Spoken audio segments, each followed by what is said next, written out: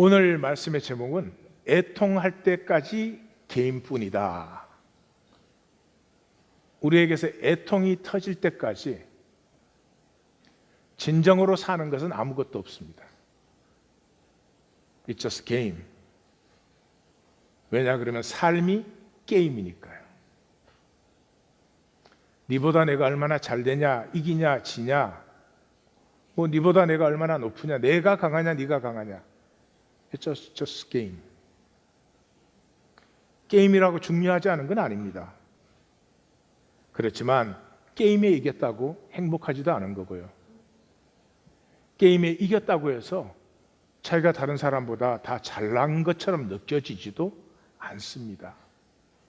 어쨌든 우리는 애통함이 있을 때까지는 게임밖에 모릅니다. 세상이 게임이니까요. 세상은 전부가 게임입니다. 세상에서 진실로 사는 것이 무엇이 있습니까? 속으면 부부관계까지도 게임으로 합니다. 자식하고 관계도 게임이 됩니다. 참 비극적인 일입니다. 제가 한 사람을 말씀드릴 테니까 한번 생각을 해보십시오. 굉장히 작고 초라한 남자인데 머리는 거의 뭐 대머리고, 그저 옷이라고 하는 것은 낡고 거의 누더기에 가까운 것을 하나 걸치고 있고, 가진 것이라고는 다 찌그러진 밥그릇에 어디서 얻었는지 우유 한 통, 그리고 그 낡은 담요 6장과 수건을 가지고 있는 그런 남자를 내가 딱 보았다. 그러면 무슨 생각을 제일 먼저 하실까요? 무슨 생각이 떠오를까요? 그 사람에 대해서. 참 귀하고 영광스럽다. 그렇게 생각되실까요? 아닐 거예요. 분명히 홈리스구나. 그렇게 바로 느껴질 것 같아요. 그러면 그 사람을 제가 소개하겠습니다. 간디의 어록에 간디 자신이 자신을 향해서 한 얘기가 나옵니다. 나는 가난한 탁발성입니다. 가진 것이라고는 물레와 감옥에서 쓰던 밥그릇과 염소젓 한 깡통과 허름한 담요 6장과 수건, 그리고 대단치 않은 평판, 이것뿐이요. 요 한마디가 얼마나 많은 사람을 바꿨는지 아십니까? 미국과 유럽에서는 수많은 사람이 이 한마디에 삶이 전혀 새로운 삶이 되었습니다. 한국에서는 법정 스님이라고 하는 게 유명하신가 봐요. 그 스님이 유명해지신 이유는 무소유라는 책을 썼어요. 그래가지고 무소유라는 책을 쓰셔가지고 소유가 많아지셨어요. 원 세상에, 저는 그거를 몰랐어. 그분이 그 책에서 고백을 해요. 바로 이 말씀, 간디의 이 어록 한마디에서 저희가 소유를 이제 버리는, 소유에서 자유해지는 삶을 살고 그것을 정리한 책이 무소유라는 삶입니다. 왜 이런 사람을 봤으면 우리가 분명히 저 불쌍한 홈리스 그렇게 생각을 했을 텐데, 간디는 똑같은 조건에 있는데 간디가 했다는 것 때문에 이 한마디는 수많은 사랑과 역사를 흔드는 그런 말이 되었을까요? 바로 그것 속에는 삶이 있기 전에 존재가 있다. 내 삶이 뭘 얼마나 가졌느냐, 뭐 어느 집에서 사느냐, 뭐 어떤 차를 드라이브 하느냐, 내가 어떤 지위를 가졌느냐, 어떻게 생겼느냐, 뭐 이런 것들이죠. 삶이라는 것은. 그래서 삶은 성공과 실패로 나누어집니다. 삶이 중요하죠. 그러나 사람에게 있어서는 중요한 것이 삶이 있기 전에 존재가 있다는 거죠. 이하권이가 태어나서 이러고 저러기 전에 이미 여기 존재가 있다는 거죠. 이게 인간의 참 어떻게 보면 어려움입니다. 동물은 삶이 존재고 존재가 삶이에요. 그러니까 닭은 잡아먹어도 돼요. 그런데 인간은 삶 이전에 존재가 있기 때문에 어떤 삶을 살고 있다고 해도 마음대로 죽이거나 함부로 깔보거나 그렇게 해서는 안 됩니다. 그런데 이 존재의 값어치는 성공이냐 실패에서 오는 것이 아니고 신실했느냐 배신했느냐 여기서 오는 것입니다. 그 무엇에 신실한 거냐? 약속이죠, 약속. 언약은 관계를 전제로 하는 거죠. 관계가 없으면 언약이 있을 수가 없죠. 관계가 있다는 것은 존재를 얘기하는 것이에요. 남편이 돈을 아무리 많이 벌어다 준다고 해도 아내와의 관계에 진실치 않다. 그럼 그건 아무것도 의미가 없어요. 존재는 성취로 그 가치가 결정되지 않아요. 신실함으로. 그 신실함을 성경은 언약이다 이렇게 표현합니다. 언약이라는 말은 그러므로 인격성을 얘기하는 거죠. 이게 성경의 특징입니다. 성경은 무슨 힌두교나 불교처럼 깊은 명상에서 우러나온 진실도 아니고요. 그걸 깨우쳐라는 것도 아니고 노자나 공자나 맹자나 장자처럼 깨달은 스승이 뭘 가르쳐 주는 것도 아니고요. 또 서양 전통처럼 무슨 철학, 심오한 그 현상 깊이에 있는 어떤 걸 파헤쳐낸 진리를 알아라 그런 게 아닙니다. 성경은 그런 것들이 있긴 있지만 성경의 중심은 뭐예요? 약속입니다. 그래서 구약, 신약 그렇게 부르는 거죠. 그렇게 부르는 이유가 무엇입니까? 성경의 특징은 우주 전체가 약속으로 되어 있다는 거죠. 원리가 아니고 우주가 이렇게 움직이는 것이 원리가 아니고 약속이라고 하는 거죠. 해가 뜨고 지고 계절이 돌아오는 것 이것 전부가 어떤 원리가 작동하고 있는 게 아니라 하나님의 말씀으로 약속하신 것이 이루어지고 있다. 그러므로 이 모든 세계는 인격적이다. 이게 성경의 특징이에요. 그래서 말씀의 사람은 이 꽃 하나도 함부로 여기지 않습니다. 이 꽃과 나 사이에도 약속이 있는 거죠. 자, 그것이 언약이에요. 언약이라는 말은 인격성이에요. 인격성이라는 말은 내가 얼마나 잘났냐 못났냐가 아니고 얼마나 신실하냐 아니면 신실하지 못하냐 그런 얘기입니다. 바로 이 신실함에서 인격의 존엄성이 피어나는 거죠. 내가 아무리 어려워도 우리나라 매국노는 우리가 존경합니까? 존경하지 않죠. 그렇지만 독립운동을 하신 분들은 다 존경하잖아요. 왜 그렇습니까? 어려운 가운데도 자기와 민족과 이 자기가 태어난 땅과 이 백성들과의 누가 뭐라고 한 건 아니지만 약속이 분명히 있죠. 그 약속을 신실하게 지켰기 때문에 우리가 존경하는 거죠. 그러므로 인격이 존엄하여지는 길은 한 가지입니다. 약속에 신실할 때. 이 89편의 핵심에서 나오고 있거든요. 하나님의 언약, 하나님은 신실하셔.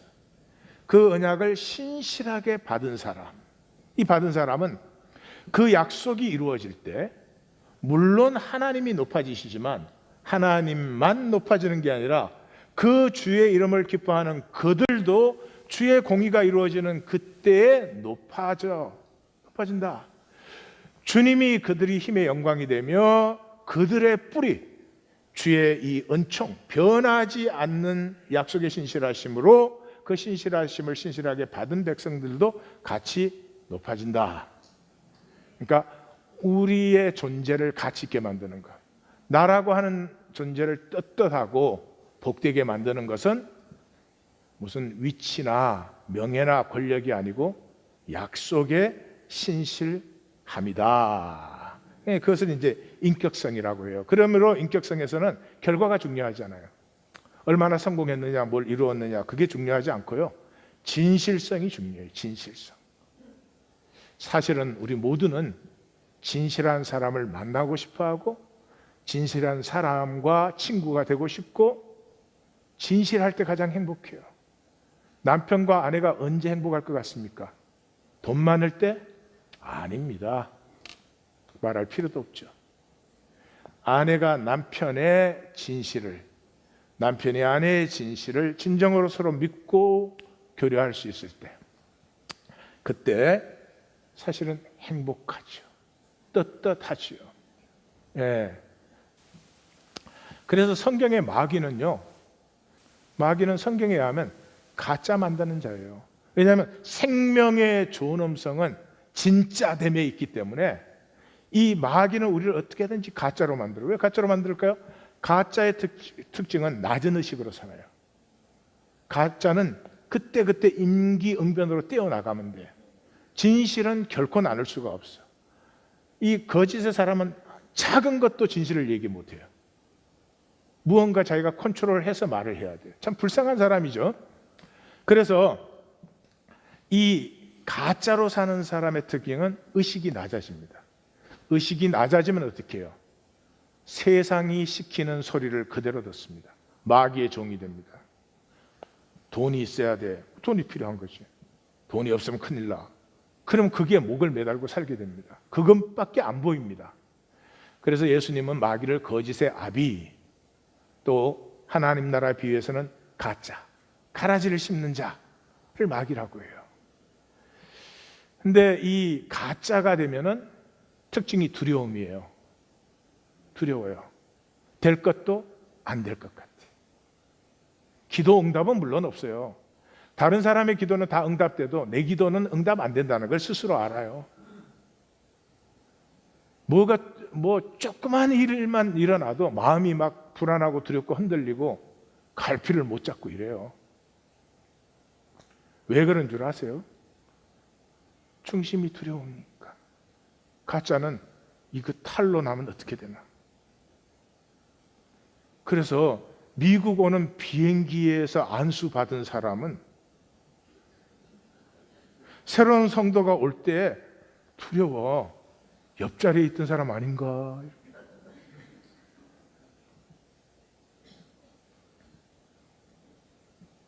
그게 뭐예요? 가짜가 들통난다. 가짜임을 인정해야 되는 순간이 오고야 만다는 걸 알아요. 옵니다.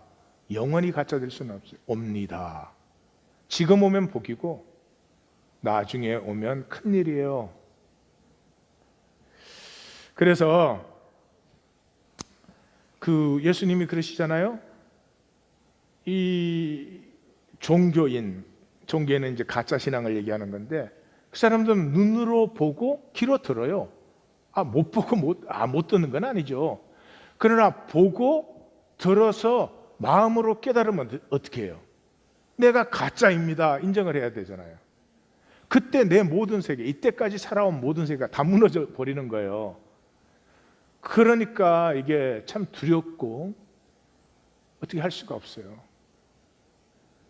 그래서 돌이켜서 내게 고침을 받을까? 그래서 설교로 이해를 하지만, 설교로 이해하시는 건 제가 증거한 말씀과 아무 상관이 없어요.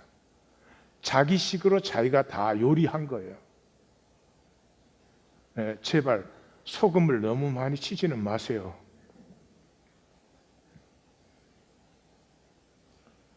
두려워요. 고침을 받을까? 진짜가 될까 봐. 되고 싶은데 두려워요. 이것은 여러분만의 문제도 아니고 저만의 문제도 아니고 이것이 인류의 문제라는 거지. 인간이라면 다 이렇게 돼 있다. 이게 하나님의 섭리라는 거죠. 이 문제가 해결이 될 때 비로소 진짜가, 하나님이 창조하신 이 학권이, 하나님이 내 안에 창조하신 하나님의 형상이 피어나기 시작하는데, 이게 어디에서 시작되는 것이냐? 애통함.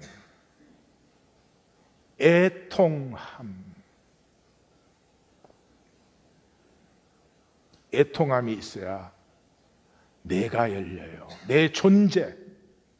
남보다 잘난 척만 하면 된 거야. 남보다 더 많이 가졌으면 문제 없는 거야. 뭐 그러고 살던 내가 더 이상 그것이 아니고 나. 그래서 애통한다는 말은 상황의 어려움이 아닙니다. 뭐 돈이 좀 부족하다. 뭐 애가 말썽을 부렸다. 그런 게 아니고요. 나 이런 사람이 아닌데, 나 왜 이렇게 사는 거지? 이 내가 도대체 누구야? 그렇게 열심히 살았는데 이 나는 도대체 누구야? 이게 누가 이렇게 나타나서 이건 내가 아니지. 홍과 영과 간절과 골수가 쩡 하고 쪼개어지는 것을 애통이라고 합니다. 이 애통함이 올 때만 진정한 내가 이제 피어나기 시작하는데, 이반 투르게네프라고 하는 러시아의 작가예요. 러시아는 참 문학이 완성된 데가 저는 러시아라고 생각하는데, 투르게네프나 뭐 고골이나 굉장한 작가들인데, 여기는 뭐 톨스토이하고 도스토예프스키가 있으니까 다른 사람 맥을 못 쓰는 것 같아요. 굉장한 작가입니다. 그 이반 투르게네프의 무무라는 작품을 소개해 드릴게요. 이건 투르게네프가 자기 엄마를 모델로 해서 쓴 거예요. 그 자기 엄마가 엄청난 그 대지주였습니다. 제정 러시아 때 엄청난 대부호인데, 그런데도 돈밖에 몰라요. 돈밖에는 몰라요. 엄청난 수전노고, 그렇게 그 농노들이 수없이 많았는데, 그 참 그 한 사람하고도 좋은 소리를 못 듣는. 그래서 그 엄마가 죽자마자 이 투르게네프가 그 농노들을 다 해방시켜 줬어요. 거의 기록이 정확하지 않은 시대니까 알 수는 없지만 1000명에서부터 5000명까지 기록이 나와요. 그러니까 최소한도 1000명 이상은 해방을 시킨 건데, 그 당시 농노 1000명이면 뭐 어마어마한 재산이죠. 상상할 수 없는. 그 바람에 이제 이 사람은 체포되고, 제정 러시아 때니까 연금되고, 이 사람의 작품은 러시아에서 하나도 발표를 못 시키고 뭐 이렇게 되었어요. 그 투르게네프가 이제 무무라는 작품을 적었는데, 무무라는 이 작품은 노예된 한 인간이, 노예되었다는 말은 제일 중요한 게 이거예요. 스스로의 감정과 선택이 있으면 노예가 아니에요. 그러면 노예가 아니죠. 그러니까 노예의 가장 중요한 자질은, 말이 이상합니다만은, 노예의 가장 중요한 자질은 시키는 대로 느끼고 시키는 대로 하는 거예요. 여기까지 오면은 이게 무슨 노예 얘기가 아니고 우리 얘기구나. 우리는 세상이 주어진 대로 살아요. Givens, 주어진 대로. 세상이 공부 잘해야 돼, 그러니까. 세상이 좋은 학교 가야 돼. 세상이 뭐 잘나야 돼. 세상이 성공해야 돼. 그러니까 그거밖에 모르는 거죠. 아니, 그걸 사는 게 잘못은 아니죠. 그러나 인간은 그것뿐이면 안 되죠. 왜? 나라는 존재가 있으니까. 나라는 존재가 있으니까. 그런 세상 속에 살지만 내가 있어야 되잖아요. 내가 하고 싶은 것, 내가 느끼고 싶은 것. 그게 대표적인 게 사랑이죠. 사랑은 주어진 대로 할 수가 없잖아요. 이 시대는 사랑이 없죠. 사랑으로 결혼하지 않아요. 결혼할 수가 없어요. 사랑으로 결혼한 사람은 대단한 용기를 가진 사람입니다. 자기가 있는 사람이에요. 그래서 이 기분으로 사는 것의 반대는 possible, 가능이에요. 이거는 무슨 내가 큰 걸 하느냐 이런 게 아니고요. 내가 피울 수 있는 것이 무엇인가? 나만이 이 역사에 보여줄 수 있는. 그렇잖아요. 여기 꽃 한두 송이가 있어도 꽃마다 다르고 꽃 안에 봉우리마다 달라요. 스토리는 이렇습니다. 그 농노 중에 벙어리 농노가 있는데 힘이 얼마나 센지 4인 몫을 하는 충직관종이에요. 이름이 게라심이에요. 그래서 이 지주 마님이 이렇게 그 자기 그 전지를 돌아보다가 이게 튼튼하고 일 잘하고 이러니까 모스크바 집으로 불렀어요. 모스크바에 노예 또 많은데 부를 필요가 없는데 불렀어요. 이 모스크바 집에 올라온 이 게라심은 이 모스크바 집에서 타티아나라고 하는 여종을 봅니다. 그리고 사랑하게 됩니다. 제가 그랬죠. 노예의 가장 중요한 것은 자기 감정이 있으면 안 돼요. 자기 선택이 있어서는 안 돼요. 시키는 대로만 하는 거죠. 그러니까 이 지주마님은 아주 본능적으로 압니다. 이건 위험한 일이야. 그래서 그 타티아나를 클리모프라고 하는 주정뱅이 노예에게 시집을 보내버립니다. 딱 끊어버리는 거죠. 그 타티아나는 이제 거기 결혼을 해가지고 클리모프의 그 알코올 중독자인데 엄청나게 고생만 하고, 근데 이제 지주마님이 그렇게 줄 때 이중 그 목적이 있는 거죠. 중요한 건 이제 이 게라심이 자기의 노예로만 있어야지 이게 독립된 인격으로 있어서는 안 된다는 것도 있지만, 동시에 타티아나를 클리모프에게 이렇게 시집 보내므로 클리모프가 알코올 중독이어서 아무것도 못하는 거죠. 타티아나가 다행히 클리모프를 고치면 이게 노동력이 또 생기니까. 하여튼 이 모든 것에 이 이익 계산밖에 없는 사람이죠. 그랬는데 이제 뭐 고쳐지겠어요? 그래서 둘 다 이제 일을 못하게 되는 거죠. 그러니까 이제 내어 쫓아버려요. 내어 쫓기는 날 이 게라심이 타티아나에게 이렇게 스카프를 선물합니다. 스카프를 선물한다고 하는 건 뭐예요? 주어진 상황을 체념하고 받아들이는 거죠. 그런데 이 하나님의 역사는 항상 심술궂어서 그 타티아나가 떠나는 날 강변길로 오는데 그 진흙볼에 강아지가 하나 빠져가지고 막 죽으려고 그러는 거죠. 그 강아지를 구했습니다. 구해서 애지중지 돌봐요. 그리고 이름을 무무라고 이렇게 지었습니다. 무무가 꽤 귀엽고 사랑스러워요. 그런데 지주마님이 이제 한번 이렇게 봤는데 무무가 꽤 사랑스러운데 이 동물이 사람을 압니다. 그래가지고 이 지주마님이 이쁘다고 이렇게 오라 그러니까 피하고 도망가는 거예요. 그래서 뭐라고 했더니 막 그르릉거리는 거예요. 그래가지고 지주마님이 너무 마음이 상해가지고 저 밤에 짖으니까 귀찮다, 죽여라 그렇게 했어요. 죽이라 그러니까 그 이제 다른 그 노예 하인들이 그 뭐 차마 죽이기는 그렇고 이러니까 팔아넘겼어요. 팔아넘겼는데 이 무무가 밤에 도망쳐 갖고 돌아온 거죠. 그러니까 이 게라심이 그걸 벽장 속에 숨겨가지고 길러요. 그런데 이 무무가 그럼 조용히 있어야 되는데 또 그럴 수가 없죠. 그러니까 이제 그 마님이 막 그 독촉을 해대요. 그러니까 하인들이 할 수 없이 죽이기 위해서 내놓으라고 이 벙어리 게라심에게 협박을 합니다. 게라심의 인생에는 중요한 순간이 왔어요. 이 무무를 죽이는 걸 피할 수가 없는데 그 하인들의 손에 넘겨져서 죽일 수는 없다고 생각을 합니다. 비로소 자기가 싹트 나오는 시간이죠. 타인에 의해서 죽게 할 수는 없어. 만약 죽어야 한다면 가장 진실한 사랑 안에서 우리는 서로 이별해야 돼. 제가 한 부분을 읽겠습니다. 게라심이 한참 무무를 바라보았다. 갑자기 굵은 눈물 두 방울이 떨어졌다. 한 방울은 개의 둥근 이마를 적셨고 다른 한 방울은 수프 접시로 들어갔다. 게라심은 손으로 얼굴을 가렸다. 무무가 절반쯤 먹고 나서 혀를 날름거리며 물러섰다. 게라심이 자리에서 일어나 수프 값을 치르고 선술집을 나섰다. 이 수프를 이제 무무가 좋아해요. 그래서 마지막으로 수프를 사서 먹인 거죠. 그리고 이제 배를 타고 강 가장 깊은 곳으로 갑니다. 마침내 게라심의 등을 쭉 폈다. 그리고 서둘러 벽돌을 노끈으로 묶고 올가미를 만들어 무무의 목에 걸었다. 그 얼굴에는 비장한 애통함이 서려 있었다.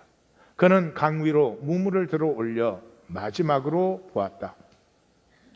무무는 믿음이 가득한 눈빛으로 아무런 두려움 없이 주인을 마주 보았고 살짝 꼬리를 흔들었다.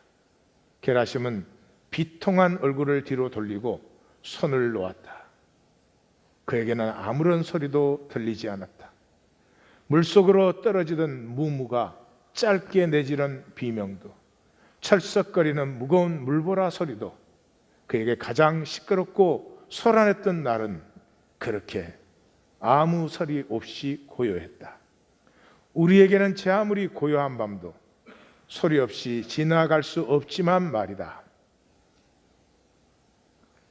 게라심이 다시 눈을 떴을 때 강물은 여전히 빠르게 흘렀고 배는 작은 파도에 부딪히고 있었다. 그저 저 멀리 뒤쪽에서 넓고 둥근 파문이 퍼져갈 뿐이었다. 무무가 빠진 자리죠. 배에서 내린 게라심은 이제 집으로 돌아갈 수가 없습니다. 본토 친척 아비의 집을 떠나는 거죠. 그 당시에 노예가 집을 나와서 시골로 들어가면 어떻게 삽니까? 땅이 있습니까? 뭐가 있습니까? 그러나 생존보다 생명이 더 중요한 시간이 생애 처음으로 나이기 때문에 나로서 선택해야 되는, 이익이냐 손해냐가 아니고 나로서 선택해야 되는 이 애통함 속에서 게라심이라고 하는 한 노예는 드디어 한 존재로, 한 인간으로 출발되는 모습을 보여주고 있습니다. 참 잘 쓴 작품입니다. 애통함의 반대는 무엇일까요? 한번 생각을 해보십시오. 애통함의 반대는 뭘까? 비루함입니다. 비루하다는 것은 생존 가치를 위해서 존재 가치를 버리는 것입니다. 마치 매국노들이 잘 먹고 잘 살기 위해서 민족과의 약속을 버리는 것처럼 아무도 그들을 존귀하게 보지 않습니다. 비천한 삶이죠. 사랑하는 성도님들, 회개는 높은 의식입니다. 회개는요, 아유, 나 그래야 되겠구나, 하나님 믿고 복 받아야 되겠구나, 그런 게 아니고요. 드디어 생존으로 살던 나가 삶이 전부였던 삶, 내가 뭘 가졌느냐, 내가 얼마나 인정받느냐, 내가 사람들 앞에 누구냐, 이게 전부이던 사람이 그 이상 나에게 나는 누구냐,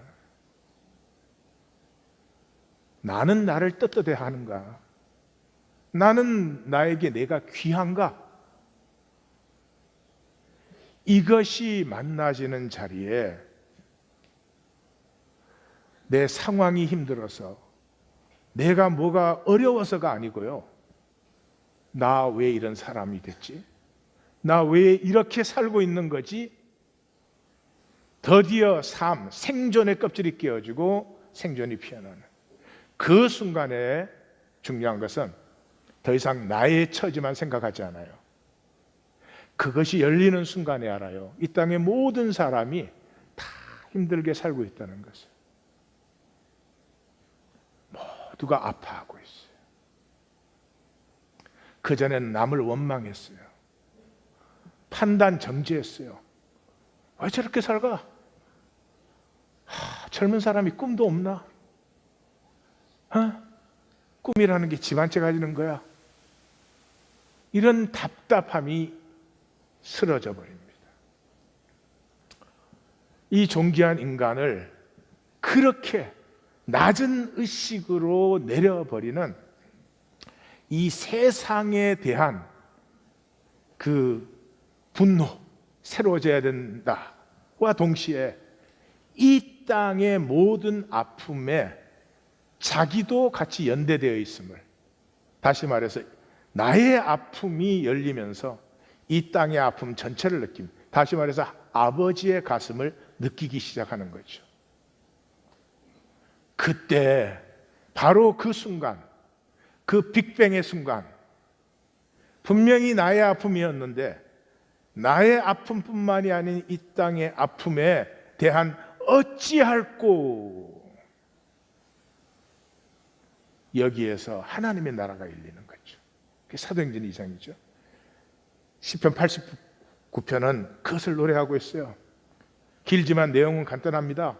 1절에서 4절까지는 하나님의 언약은 변하지 않는 자, 그 인자하심과 성실하심 때문에, 인자하심과 성실하심이라는 게 하나님의 변하지 않는 본성이에요. 그러니까 하나님의 약속도 변할 수가 없는 거죠. 5절에서 18절까지는 제가 이미 아까 말씀드렸지만 그러므로 그 약속에 들어간 우리는 하나님의 언약이 다 이루어질 때가 바로 그 언약 관계 속에 있는 우리도 높아지는, 하나님의 나라가 이루어질 때 우리에게 위임한 다스림도 더디서 우리에게 일어나기 시작하는 이 전적인 은총, 약속으로 불러주심도 은총, 내가 온전히 그 약속에 신실하지 못함에도 불구하고 나를 지켜주시는 이 하나님의 신실하심, 것을 노래합니다. 그 다음에 19절에서 37절, 여기가 이제 오해가 되기 쉬운 부분인데요. 하나님의 언약은 결코 파기될 수가 없어요. 왜냐 그러면 하나님이 인자하시고 성실하시니까, 그럼 변하면 안 되니까. 그러므로 하나님의 약속도 변할 수가 없어요. 그래서 우리가 그 언약을 배신하면 징계는 하지만 언약이 폐해지진 않아요. 여기에서 성경을 내 삶의 방편으로 읽는 사람은 이렇게 알아들어요. 아, 좀 잘못해도 괜찮구나. 그래도 뭐 하나님이 버리는 건 아니야. 이렇게 읽으셨다면 전혀 반대쪽으로 가신 거예요. 내가 그 약속을 버렸을 때에도 하나님은 인자와 성실로 그 약속을 변치 않고 지키신다. 그 약속으로 기다리고 계신다. 이걸 느낄 때가 이런 때죠. 탕자가 자기가 아버지의 가슴에 못을 받고 아버지의 뜻에 반대하는 길로 나와 왔음에도 불구하고 사랑으로, 변치 않는 사랑으로 자기가 돌아오기를 기다리는 아버지의 가슴을 만나야죠. 그 가슴을 만나는 순간은 뭐예요? 아버지를 아프게 한 자기의 아픔이 느껴지죠. 징계는 하지만 언약은 변하지 않는다 해서 왜 그랬지? 나 왜 그렇게 비겁하게 살았지? 아픔이 임하는 거죠. 그 다음에 오는 것이 38절에서 45절의 절망이에요. 언약은 깨어졌고 꿈은 짓밟혔어요. 오히려 대적들이 하나님의 오른손으로 높여졌고 원수들이 지금 기뻐하고 있어요. 이것은 불신의 고백이 아닙니다. 내가 약속을 지키지 않음으로 말미암아 거짓이 세상에 판을 치고 있습니다. 나로 말미암아 하나님의 신실하심과 살아계심이 나타나야 되는데 내가 신실하지 않으니 세상 사람이 오히려 하나님의 백성을 조롱하고 있습니다. 제가 질문 하나 드려볼게요. 자, 전지전능하신 하나님, 그 하나님이 정말 사랑이세요. 그 하나님이 나를 위해서 죽으셨어요. 그 하나님을 믿으세요? 그 하나님을 믿으시는 겁니까 지금? 아니겠죠. 그 하나님을 믿는데 이런 종교행위하고 있지 않겠죠. 그 하나님을 믿는데 내가 뭐 때문에 수치스럽습니까? 내가 학력 없는 게 어떻게 수치스러울 수가 있어요? 내가 돈이 없는 게 어떻게 다른 사람보다 못하게 보일 수가 있어요? 그 말은 그렇게 하죠. 이제 기독교적인 말을 하기 시작했죠. 절대로 아니죠. 이 약속이 끼어진 그 자리 안에서 이제는 더 이상 아무것도 중요하지 않아요. 뭐를 잘했냐 못했냐 왜 그랬냐 이랬냐 하나도 중요하지 않아요. 여기서 터지는 게 애통함이에요. 애통함. 그래서 오늘 46절에서 51절 이 시편의 다이아몬드, 숨겨진 보석 중심이 뭐예요? 누가 죽음의 권세 지옥의 허물을 피할 수 있습니까? 47절. 그 성경 이상하지 않아요? 뭐 이스라엘의 어려움, 뭐 대적 얘기하다가 갑자기 사망 얘기가 나와요. 여러분 잘 보십시오. 죽음의 권세와 지옥의 허물이라고 하는 것은 아까 제가 시작할 때 그랬습니다. 마귀가 우리를 가짜로 만든다. 가짜의 특징은 낮은 의식이다. 가짜는 거짓을 그냥 아무렇지도 않게 말을 해요. 가짜는 그 상황만 어떻게 넘어가면 돼. 그 상황이 좀 아파도 내 진실을 가꾸려는 그런 것이 없어지죠. 죽음의 권세, 지옥의 허무가 무엇이에요? 목숨 끊어지는 거 아닙니다. 목숨 끊어지는 거면 끊어지면 되지 뭐. 낮은 의식으로 사는 것입니다. 내가 나를 버린 자리, 내가 나를 배신한 자리에서는요, 바라볼 게 없어요. 바라볼 게 딱 한 가지입니다. 변치 않는 하나님의 언약의 그 성실하심과 인자하심. 아무것도 원망할 수가 없어요. 이렇게 어려운데 이 시편에는 탄원도 나오잖아요. 어떻게 좀 고쳐주십시오. 어떻게 살려주십시오. 어떻게 복수해 주십시오. 그런 말이 하나도 없잖아요. 그런 상황의 문제가 아니에요. 지금 그 상황을 넘어서 나라는 존재가 왜 이렇게 되었을까? 이 존재의 회복은 내게서 할 수 있는 게 아닙니다. 오직 하나님을 바라봅니다. 탕자가 오직 아버지의 사랑밖에는 이제는 바라볼 수 있는 것이 없는 것처럼. 그래서 47절 50절 양쪽으로 기억하소서. 기억하소서. 기억하소서는 존재의 탄원이에요. 예. 자, 여기에서 제가 선악과에 대해서 다시 한번 정리를 하겠습니다. 저를 잘 따라와 주십시오. 우리는 선악과를 죄로 생각합니다. 예, 서양에서 그렇게 해석을 했기 때문에. 그래서 선악과를 따먹은 게 하나님이 하지 말라는 걸 했으니까 죄다. 그래서 죄의 삭은 죽음이기 때문에 죽었다. 뭐 이렇게 해요. 근데 그렇게 성경을 해석하시면 대번에 문제가 돼요. 3장에서 선악과를 따먹었잖아요. 그러면 죄로 말미암아 완전히 타락했잖아요. 다 그렇게 배웠죠? 완전히 타락했는데 4장에는 뭐라 그래요? 죄의 소원은 내게 있으나 너는 죄를 다스릴지니라 그러잖아요. 완전 타락한 인간이 어떻게 다스려요? 그럼 하나님이 잘못하시는 거죠. 조금 너무 서양적인 이분식으로 해석을 해서 그래요. 선악과의 가장 중요한 것은 낮은 의식입니다. 성경이 그렇게 얘기하고 있어요. 하나님이 사람을 창조해 가지고 에덴 동산에 보기에 아름답고, 아무런 부정적인 의미가 아니에요. 보기에 아름답고 먹기 좋은 나무들을 가득히 만드셨다. 근데 그 동산 중앙에는 생명나무도 있고 선악을 알게 하는 지식의 나무도 있다. 복잡하죠. The Tree of Knowledge of Good and Evil이에요. 그래서 선악을 알게 하는 나무도 있었다는 거죠. 그래서 두 나무가 다 좋습니다. 두 나무 중에 선악과는 나쁜 나무고 생명나무는 좋은 나무고, 그렇게 이분법으로 보시면 안 됩니다. 성경 어디에도 그건 없으니까요. 자, 그런데 그렇게 하고 나서 하나님이 사람을 에덴 동산에 이끄시고 이 에덴 동산을 다스리라 그렇게 위임을 하셔요. 그 다음에 주시는 말이 선악을 알게 하는 나무의 열매는 먹지 말라. 내가 먹는 날에는 반드시 죽으리라. 이렇게 됐어요. 자, 그러면 첫째, 여기 죽으리라는 목숨이 끊어지는 걸 얘기하는 게 아니죠. 왜냐하면 3장에 먹었는데 목숨이 안 끊어졌으니까 그건 아니죠. 그렇죠? 자, 잘 보십시오. 이 죽으리라는 의미를 우리는 목숨이 끊어진 걸로 해석하기 때문에 그냥 모든 게 이상해져 버렸어요.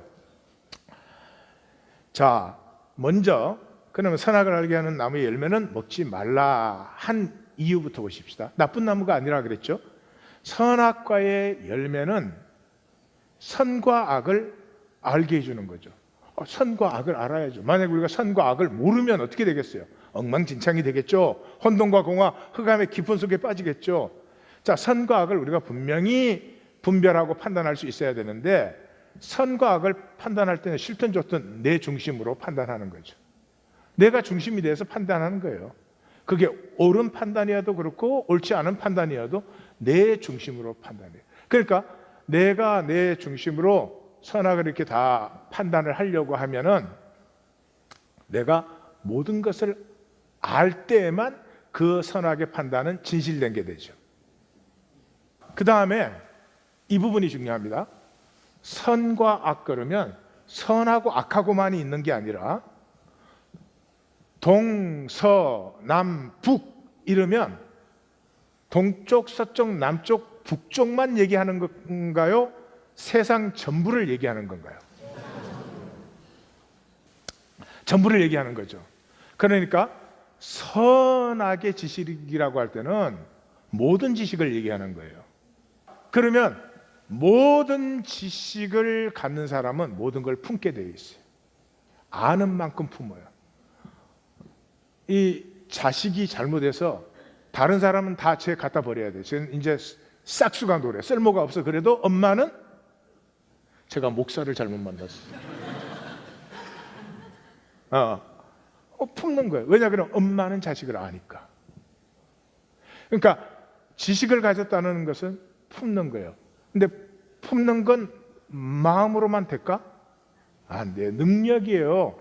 그래서 이 사람이 선악과의 열매를 먹고 선악과의 열매로 말미암아 무엇이 옳고 그름을 판단할 수 있어서 온 세계를 다스리는 자리에 임해야 되는데, 그 열매를 먹는 자리에 임해야 되는데, 그렇게 장성할 때까지는, 그렇게 그리스도의 장성한 분량에 이를 때까지는 생명 열매만 먹어야지, 생명 열매로 양육되고 장성해야지.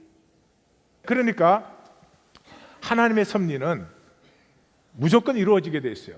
만약에 그때 사람들이 아담과 이브가 순종했다면 우리가 생명으로 장성한 다음에 선악과의 열매를 먹음으로 모든 것의 선과 악을 판단할 뿐만 아니라 모든 것을 사랑으로 품기 때문에 거기에 죄나 나쁜 것이 있어도 오히려 합력하여 선을 이루게 하는 다스림을 우리가 산다.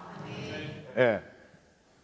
그런데 거역을 했죠. 우리가 그걸 먹었어요. 먹었다는 것은 낮은 의식으로 살기 시작했다는 거죠. 그 낮은 의식으로 사는 게 생명을 사는 게 아니고 죽음을 사는 거예요. 이런 말이에요. 부부간에 갈등이 생겼어요. 높은 의식이면 나는 너의 아픔을 품고 너는 나의 신경질을 품어서 그래서 뭐 그 다음은 잘 몰라, 해본 적이 없어서 같이 기도하고 여보 오늘은 나가서 먹자. 내가 웬디 쿠폰을 잘라놔서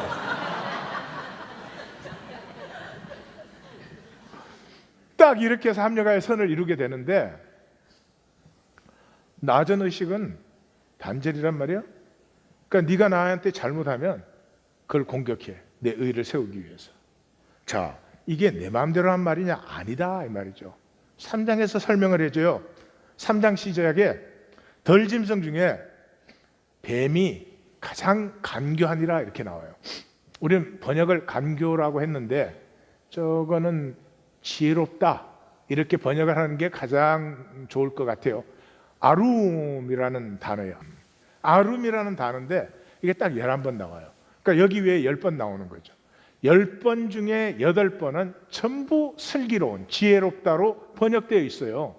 욥기에만 2번, 한 번 교활하다, 간사하다 막 그렇게 번역할 수 있는데, 교활하다, 간사하다 저기 다 뜻은 똑같아요.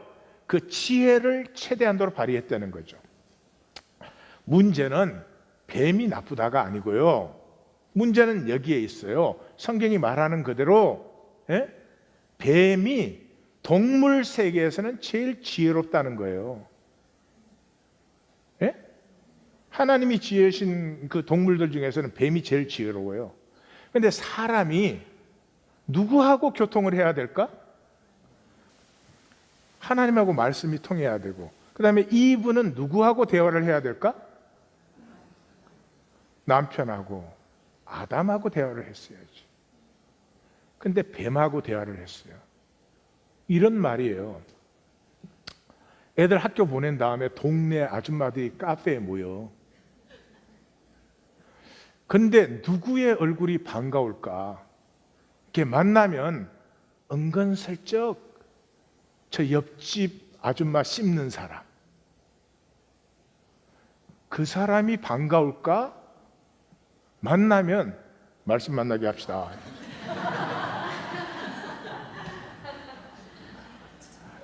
누가 반가울까? 우리 얘기는 아주 잘 알아들으시네. 말씀 만나게 합시다. 이런 밥맛이야. 이상하죠? 우리는 낮은 의식을 좋아해요. 진실보다는 거짓을 좋아해요. 당장 편하니까. 그 낮은 의식의 말이 들어오자마자 그때는 쉬웠지만 당장 나타나는 게 뭐예요? 하나님이 내게 주신 여자 때문에, 저 여자 때문에. 뱀이 나를 깨웠습니다. 낮은 의식은요, 당장 좋은데 돌아서면 후회가 와요. 그런데도 그걸로 사는 거죠. 그래서 세상은 낮은 의식의 총화입니다. 계시록에 가면 큰 용이 내어 쫓기니 옛뱀, 그 마귀라고도 하고 사탄이라고도 하고 온 천하를 깨는 자라. 온 천하를 어떻게 깨요? 낮은 의식으로 살도록. 낮은 의식으로 살도록. 고결함을 지키고 좀 어렵고 힘든 일이 있어도 진실을 지켜가는 게 아니라 당장 사람들 앞에서만 통하면 살도록 그렇게 하는 것이 마귀요 사탄이요 옛 뱀이요 큰 붉은 용이다.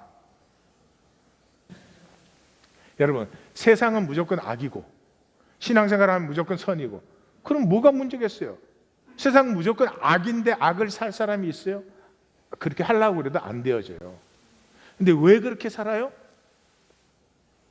악이 아니에요. 낮은 의식이에요. 낮은 의식. 낮은 의식의 특징은 현상에 중독되는 거죠.